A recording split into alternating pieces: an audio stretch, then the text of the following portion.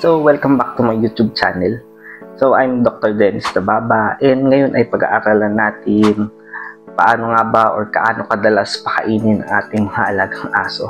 So, ito ay sa mga siguro nag-aalaga ng matagal, alam na nila to, pero sa ating mga baguhan, first time mag-alaga ng aso, ay i-discuss ko sa inyo gaano ba kadalas pakainin ang ating mga aso. So, meron kasi tayong dalawang stages ng aso. So, meron tayong adult and meron po tayong tinatawag puppy o yung mga batang aso na below 1 year old.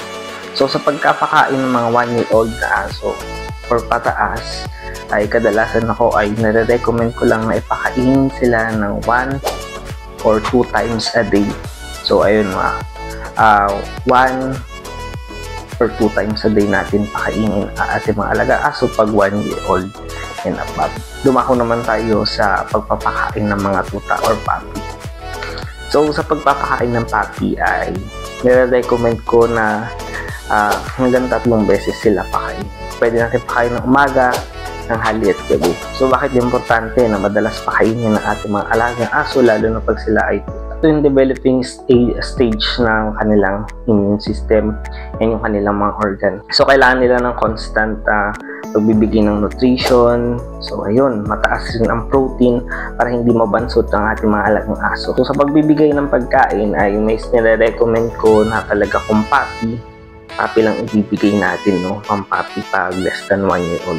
Kasi pag umabot na ng 1 year old and above ang ating aso at pinapakain pa rin natin ng puppy dog pellets or ng feeds or ano man natin pinapakain or dog food, ay possible magkaroon ng problema ang kanilang kidney. So, mataas na protein ay nakakadagdag hirap sa kanilang kidney. Ngayon, sa pagbibigay ng pagkain ng aso, hindi lang ito basta-basta ng pagbibigay, no? So, meron tayong designated para sa adult and puppy dogs. And also, bago tayo magpalit ng pagkain from puppy to adult food, ay meron tayong transition. So, at least siguro mga 1 month before natin palitan yung pagkain ng ating aso. So, 50-50. First, pagbibigay natin is 75% ng old or ng puppy. Then, 25% ng adult. So, first week. Second week, mag-50-50 na tayo ng pagkain. So, kalahati ng adult, kalahati ng puppy.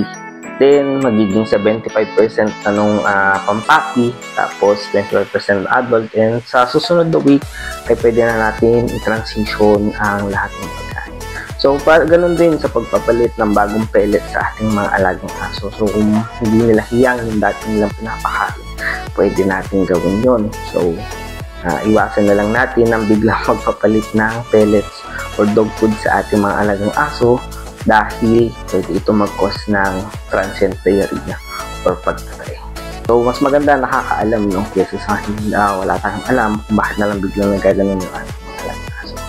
So, ayan ulit. This is Dr. Dennis Tababa and salamat sa pakikinig and don't forget to subscribe to our channel for more videos and salamat.